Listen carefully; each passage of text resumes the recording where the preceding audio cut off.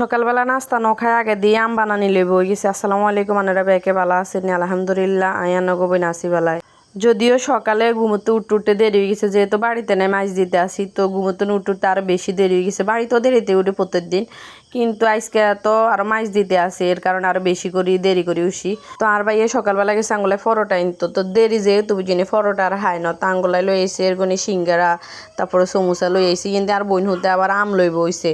Aunty আমি গুন্ডা আগে কুড়ি লই ইয়ে আব্বু নাস্তা আনতে আনতে, তো যাই হোক হাতে কুড়ি লইছে আর গনে, তো কুড়ি কই ওনার এত সকালবেলা কিন্তু আম বানানি খানা হইতো না। আর যেহেতু দেরি করি নাস্তা হইছে তাইলে আর এইটা খান যাইতো না।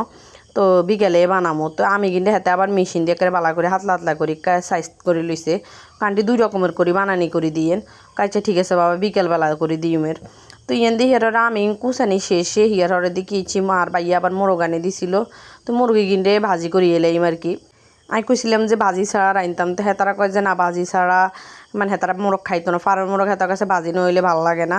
আর কাছে বাজি করলে ভালো লাগে, কিন্তু তারপরে লাগে মাঝে মাঝে ফেরা লাগে। এক এক সময় এক এক রকম রাইনলেও খারাপ লাগে না, প্রত্যেক দিন একরকম খাইতে আসলে মুখে রুচি লাগে না। বাজি ছাড়াও ছোটো ছোটো পিস করে মশলার উপরে মানে ঝাল দিয়ে কষাই রাইনলেও কিন্তু অনেক মজা হয়, আর কাছে খারাপ লাগে না। যাই হোক ব্যাকের রুচিতে এক সমান না। তো ইন্দায় মোরগ রান্ধিয়ে লেছে আর ইন্দা আর বাইয়া হানির বোতল দুগা হাঁটাই দিছে, বিশেষ করে হালিগে কষ্ট হইব করি। তো ইয়েন দিকে ইচ্ছে আমি মুরগের আলু দি রাঁধুম আর কি।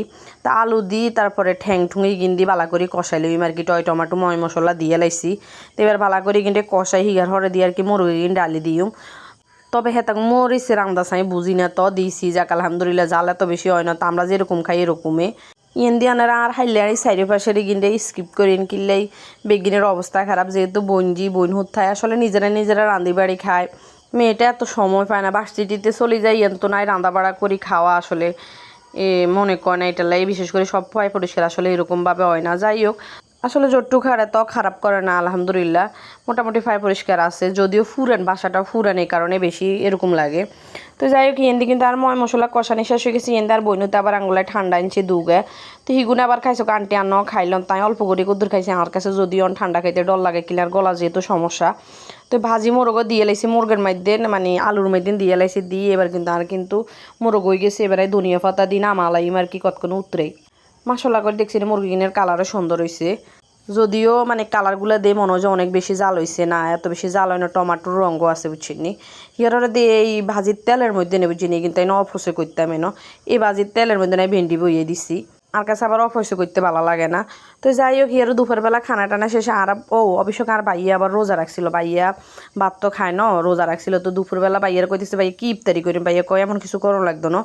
তো বঞ্জি কইতেছে যে আরাবুর আবার লুডুস পছন্দ মোটামুটি আন্টি, তো কোন না লুডুসটা ফাঁকাই দিই শরবত টরবত দিয়ে দিমু, বনে জামা ওইটা খাইয়ে রোজা ভাঙবো আর কি। তো যেহেতু বঞ্জি দুপুরবেলা ঘুমাই গেছে, তো ইফতারের টাইম হয়ে যাবো বিকেলবেলা উঠতে। তো তাড়াতাড়ি করে কিন্তু ইফতার রেডি করতেছে। আসলে আসর নামাজের আজান দিলে মনে হয় যে দিনটা এত বেশি দৌড়াদৌড়ি করে, সময়ের লগে তাল করে হান যায় না। আর বাইয়াও বাসাতে ইফতার করতো না, বাইয়া দোকানে ইফতার করবো, বাইয়ের লাই আবার বক্স ভরে দোকানে দিয়ে দিতে হইব। বাসাতে ইফতার করা সম্ভব না, যেহেতু দোকানে কাস্টমার আইয়ে।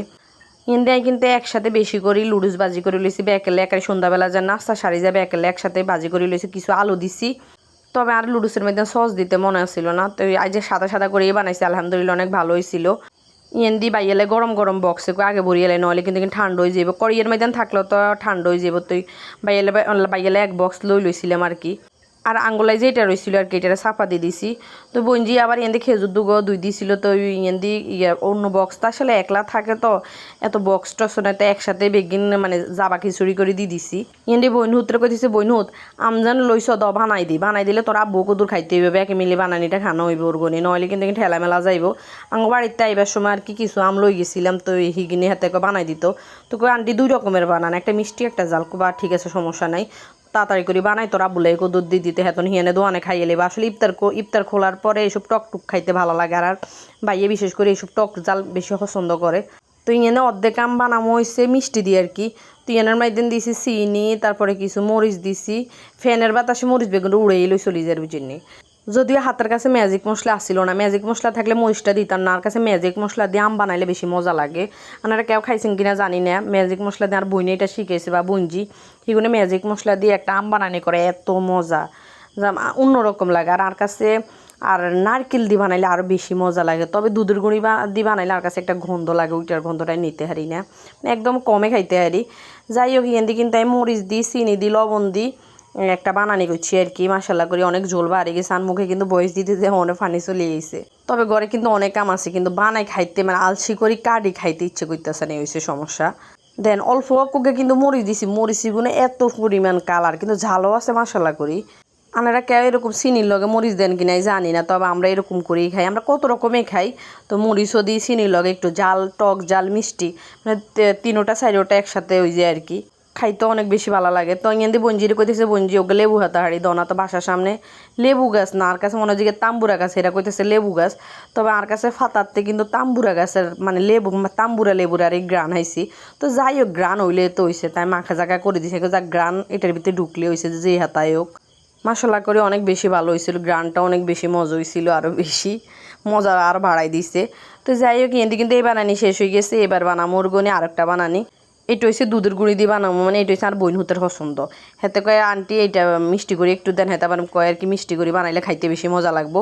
তো এখানে লবণ দিছি, চিনি দিছি, হাতের কাছে যেহেতু নারকেল নাই নারকেলটা দিতে নিলাম না, নইলে নারকেলও দিতাম। তো হিয়ার হরে দিয়ে আবার কিছু দুধের গুঁড়ি দিছি। বাবুরে আনারা এই বানানি কেউ খাইছেন কি নাই জানি না, তবে আনারা যে তারা খান না তারা একবার হইলেও খাইছাইবেন, তাইলে বুঝবেন যে আসলে এইসব বানানির মজাটা কি। তুই কিন্তু ওকে কাঁচামরিচ দিয়ে লাইম, প্রথমে কিন্তু আর কাঁচামরিচের কথা মনে উঠে ন, পরে দিয়ে মনে শিখিরে কাঁচামরিচ তো দিই নি, কিন্তু কাঁচামরিচ গিয়ে বাংসের কিরে বাবুরে কাঁচামরিচের ভিতরে বিছি গুণ এরকম কিনলে মনে করছি কি নষ্ট দিন, না নষ্ট না, এটা কালার এরকম। তবে আমি বানাইছি কিন্তু বেশি খাই না, কিনা টুনটুনি আছে হরে কিন্তু আর আবার মেতরগিরি করতে হইব বলবনি, এই কারণে খাওয়া হয় না। মশলা দেখছি কত ফানি বাড়িছে, আসলে এই বানানিগুলো আমরা বানাইলে আগে এই বানানির ফানি লই বেশি কাড়াকাড়ি করতাম, বানানির চেয়ে বানানির ফানি ঝোলটা নিয়ে আর কি কাড়াকাড়ি হইতো। আনারা কে গাং মতন কেন কাড়াকাড়ি করেন কইন তো, শুধু কাড়াকাড়ি না বুঝিনি, লাস্ট পর্যন্ত ওইটার মধ্যে যে খাইবো হে স্যাপ কুদুরো দিয়ে দিত, মানে খানালাই নিজে খাইবো, অন্য কার করে খাইতে দিত না। তো এদের আবার বঞ্জি আর বনে বাইয়েলাই আর কি লেবু শরবত বানাইছে, তাঙ্গর হে লেবু শরবত দিয়ে দিছে। তো ভিডিওটা নিয়ে এনে শেষ করছি, আল্লাহ হাফেজ।